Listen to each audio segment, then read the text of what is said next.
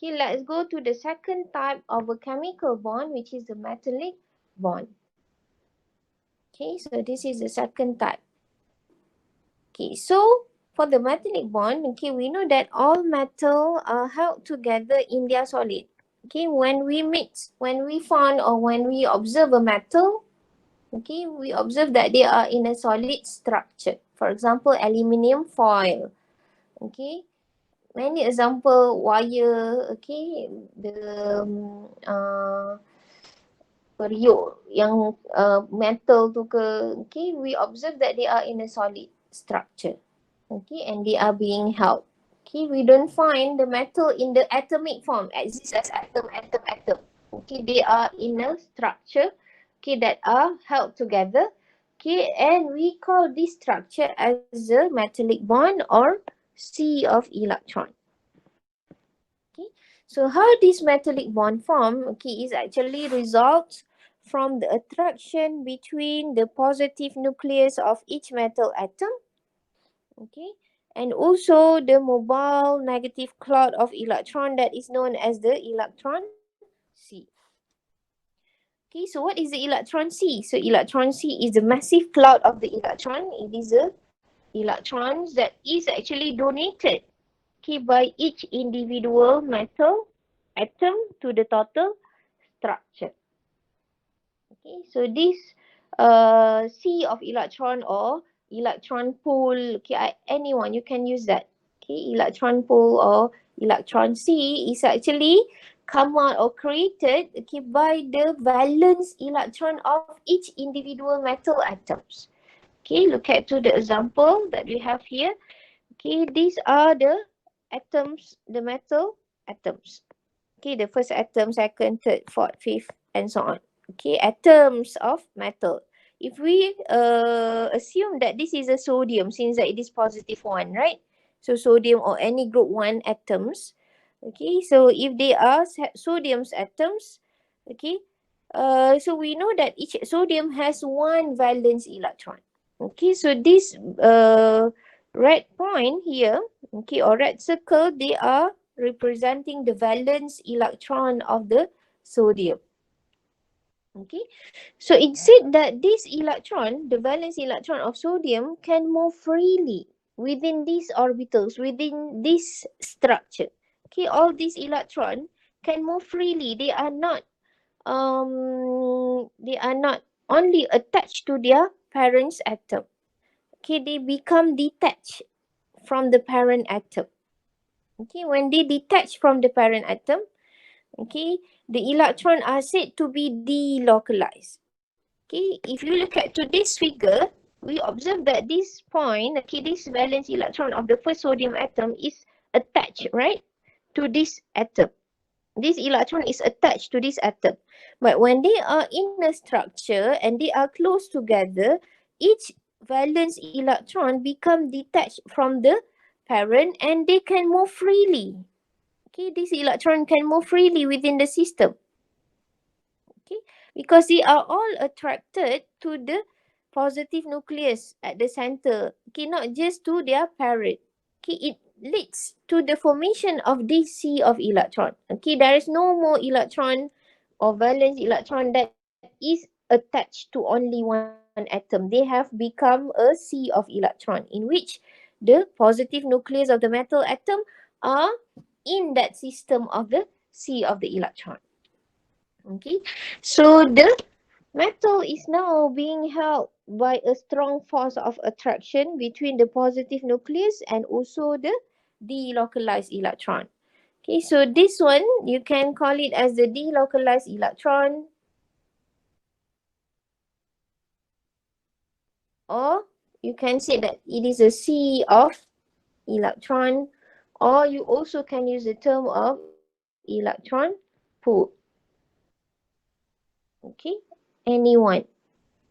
So if let's say you have to define or you have to explain, elaborate what is the metallic bond, okay, it is actually the metallic bond that is formed, okay, by the strong electrostatic attraction between the positive nucleus of the metal atom and the delocalized electron. Okay, Okay, please add electrostatic here.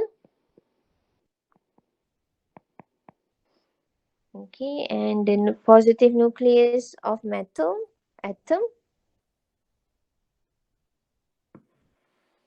with the C of the electron or with the delocalized electron. This is what I said just now. It's either you are using delocalized or C of electron. Okay, that the last sentence is the important point, okay, on the elaboration of what or how the metallic bond form. Okay. So if you want to see more videos on the formation or how this structure of the metallic bond, okay, then I suggest you to look at to the YouTube, okay, for more videos and animation. Okay. So the strength, different metal will have different strength in their metallic bond. Okay, even though they are all forming metallic bond, okay, they will have different strength, okay, of the metallic bond there. Okay, for example, if we have a group 1 elements, we know that they are all metal, lithium, sodium, potassium. Even though they are all forming metallic bond, they have one valence electron, they come from the same group, but they have different strength in their metallic bond. Okay, then how do we know that they have different strength in the metallic bond? Is because they have different melting and boiling point. That is one of the indicator. Okay, we know that if the melting point and the boiling point is high, okay, it means that the metallic bond is stronger. Okay, melting point, boiling point high indicate that the metallic bond of that metal is stronger than the other metal. Okay, so because of that, okay, it is said here a melting point of a metal indicates the strength, okay, of the metallic bond, okay, in the structure. There are two factors that affect the strength of the metallic bond, okay, which are the valence electron, the number of the valence electron, and also the atomic radius. Atomic radius means that the size of that atom. Okay, so the strength of the metallic bond is directly proportional to the number of valence electron. Means that the more valence electron, okay, means that the stronger the metallic bond. And then it is inversely proportional to the size. Okay, it is inversely proportional to the radius of the metal atom. It means that the bigger the size, the weaker the metallic bond, because it is inversely proportional. The smaller the size of the atom, then the stronger the metallic bond in that metal atom. Okay, these are two factors that affect the strength in the metallic bond, and it will leads to the melting point and the boiling point. Okay. So if we compare between sodium, magnesium and aluminium, okay, look at to the sodium, magnesium and aluminium in your periodic table. Okay, they come from, what is the similarity between these three elements? Haris, Muhammad Haris. Yes, madam. What is the similarity between these three elements? All three metal. What else?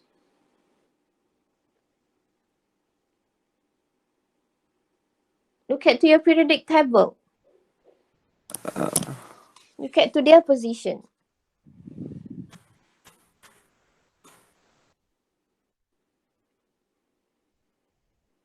They are all come from the same. The same period. Yes, they are all come from the same period. Okay, sodium group 1. Okay, and then we have a magnesium, and then we have aluminium. The same period, 3. Okay, we know that across the period, Okay, the size decreases. Okay, and then this is group 1, group 2, group 13. So that the valence electrons will be 1, 2, 3. Okay, and then the size is decreases from sodium to aluminium. Okay, so we refer back to the two factors that affect the strength of the metallic bond, which is the number of valence electron and also the size. So we observe that aluminium has the highest valence electron. Aluminium has 3 valence electron, magnesium 2, sodium 1. Okay, we know that the more valence electron, the stronger the metallic bond. And then compare their size. Sodium, magnesium, aluminium. Aluminium is the smallest one. It is more to the right of the periodic table. As for the sodium, it is the biggest one. Magnesium intermediate, of course. Okay. So the metallic bond will be strongest in aluminium because of both factors, which are because of the valence electron is 3. Okay, that is more than the other two. Okay, and the size of the Al that is smallest. Therefore, the electrostatic attraction between the positive nucleus of the metal atom, okay, and the C of electron in aluminium will become strongest than the others. Okay, and it will have a strongest metallic bond. Okay, so when it has the strongest metallic bond, if we rank, okay, the metallic bond and the boiling point and the melting point. Okay, boiling point. Okay, the one that have a lowest boiling point is the one that have a weakest metallic bond. Okay, so sodium will have a lower boiling point than magnesium. Magnesium lower boiling point than Al. Okay, why? Because if we look at to the metallic bond punya ranking, sodium has a weaker metallic bond than magnesium. Magnesium weaker metallic bond than Al. Okay, so you have to be able to explain why, okay, in terms of the number of valence electron and also the size. Okay, you have to be specific since that if let's say we got this question, okay, the question only gave you 3 elements. So you have to be specific. You cannot just say that aluminium has more valence electron. No, be specific. Aluminium has 3 valence electron, magnesium 2 valence electron, while sodium only has 1 valence electron. Okay, be specific on that. Okay. These are another example. Sodium, magnesium, aluminium, lithium, beryllium, and boron. Okay, with the melting point and the boiling point data here. Okay, also given to us the number of valence electron for each. Let's look at to the properties of the metal. Okay, the first one, it is malleable. Okay, what is malleable? It is the ability of the metal to be hammered into shape. Okay, that is also related to the second property, which is ductile. Okay, ductility is the ability of the metal to be drawn into wire. Malleable, ductile. Okay, basically we can make it into shape. Okay, and then the third properties of the metal is they are good heat and also electrical conductor. Okay, they are good heat and electrical conductor. Why they can conduct heat and also electric? Because of the presence of the sea of electron or the presence of the delocalized electron that can carry the charge. That is for the electrical conductor lah. Okay, that delocalized electron can carry the charge, okay, in their structure, okay, and transfer the heat. Okay, that is why they are good heat and also electrical conductor. Okay, and then the fourth property is they have a high melting point and also boiling point. Okay, this is a comparison if we compare it with the other type of bond. Okay, and then the last property is lustrous, which is shining and glowing. Okay, these are all the properties of the metal.